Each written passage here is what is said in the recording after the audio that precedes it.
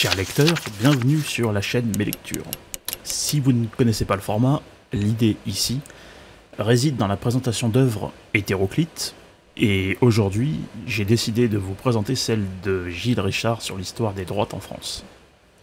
Vous avez le choix entre une longue ou une courte présentation, et l'idée étant de vous laisser un maximum de temps dans votre journée, mais quand même de vous apporter du savoir et de la connaissance. De plus, je vous laisserai consulter le chapitrage de la vidéo pour choisir le passage qui vous convient le plus. Vous êtes bien sur le format une vidéo par jour pendant une semaine, mais cette présentation cette fois-ci en durera 3. Oui, c'est le petit nom que je lui ai donné, une vidéo par jour pendant une semaine. Sachez aussi que j'ai créé un blog avec des résumés synthèses qui sont à votre disposition en lien dans la description de la vidéo, permettant de ne pas avoir besoin d'alimenter YouTube. Voilà. Donc vous n'avez pas besoin de revenir sur YouTube à chaque fois. Peu importe l'heure à laquelle vous m'écouterez, j'espère que mes lectures vous pousseront à lire et à consommer des œuvres pour qu'à votre tour vous puissiez avoir de réels arguments dans vos conversations de tous les jours. Je vous laisse donc avec la petite synthèse et vous souhaite une bonne écoute. Jour 10. Grand 1. La victoire du Parti républicain sera, jusque dans les années 1970, un rassemblement de toutes les gauches. La loi 1901 lui permit de mieux prospérer. C'est lui qui jouait un rôle majeur dans la politisation de la société républicaine et non française. Grand 2. Cette politisation va se faire par la prolifération des journaux et des clubs, et le suffrage universel triomphera. Pour l'auteur, les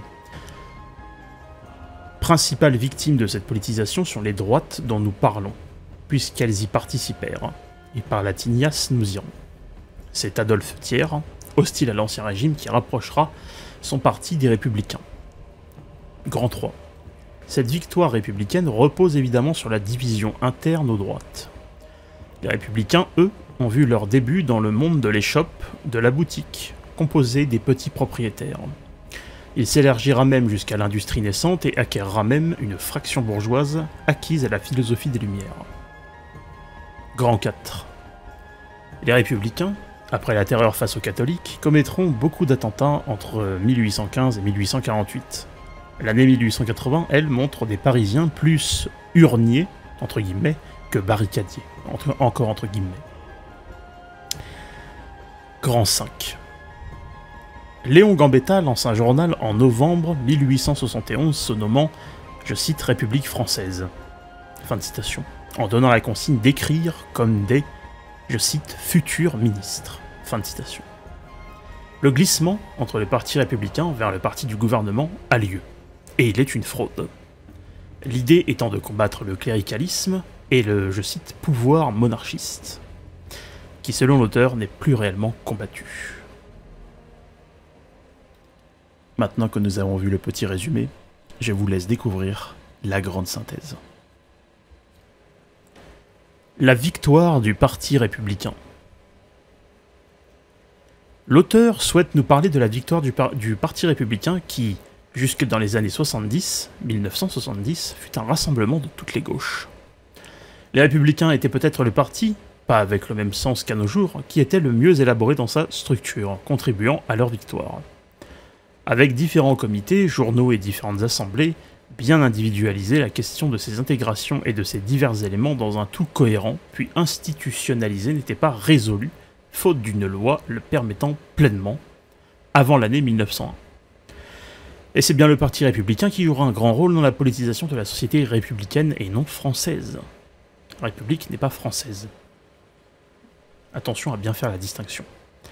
À ce sujet, un homme du nom d'André Siegfried était le premier à proposer en 1913 une grille d'interprétation générale. Cela ne se fit pas du jour au lendemain, mais avec l'aide par exemple de la prolifération des journaux d'opinion et des clubs. Et c'est bien le suffrage universel masculin qui alors triomphera. Les principales victimes, mais ce sont aussi celles qui en participent pleinement au processus de politisation de la France, sont bien ces fameuses droites dont nous parlons depuis le début du livre.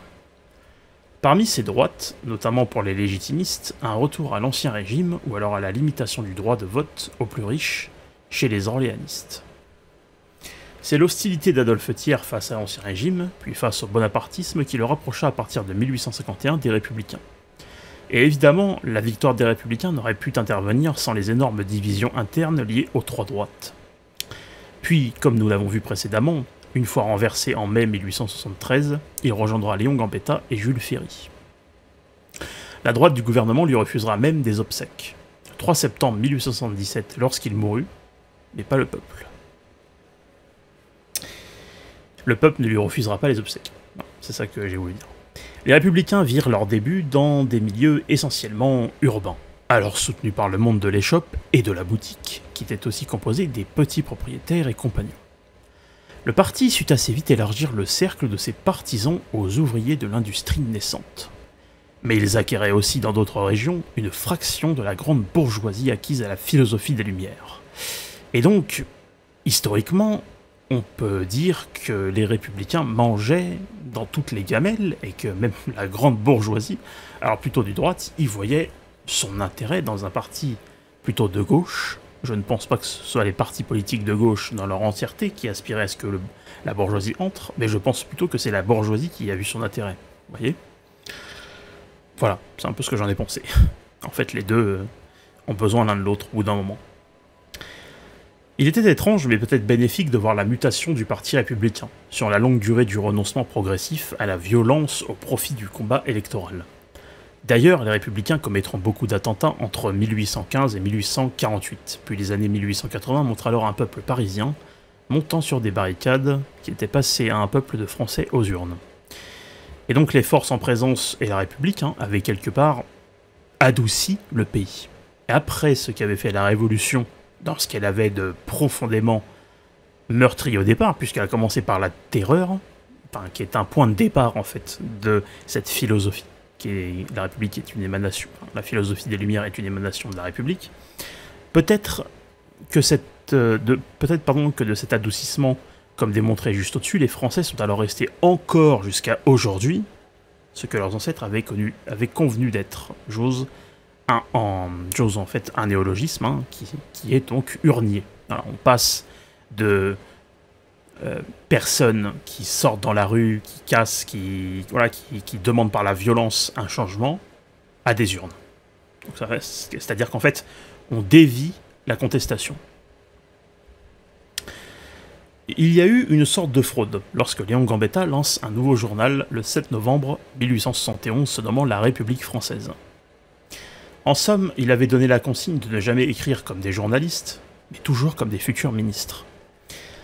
Et de ce fait, le glissement sémantique et l'illusion du temps liés aux vœux de Jules Ferry en faisaient du parti républicain le parti du gouvernement. Il y a une liste des personnes impliquées dans cette transformation à la fin de la page 73 du livre que je vous laisserai découvrir. L'idée étant de conjointement combattre le pouvoir monarchiste et bonapartiste, mais aussi le cléricalisme. Il ne faut d'ailleurs pas oublier que le clivage gauche-droite changea à plusieurs reprises au cours de l'histoire du XVIIIe et du XIXe, et aussi du XXe siècle, de la Révolution et de la période révolutionnaire de la France. Voilà. Vous pouvez retrouver le résumé synthèse en lien dans la description de la vidéo, et quant à moi je vous dis à plus tard ou à demain pour une prochaine vidéo, et je vous dis à bientôt sur mes lectures.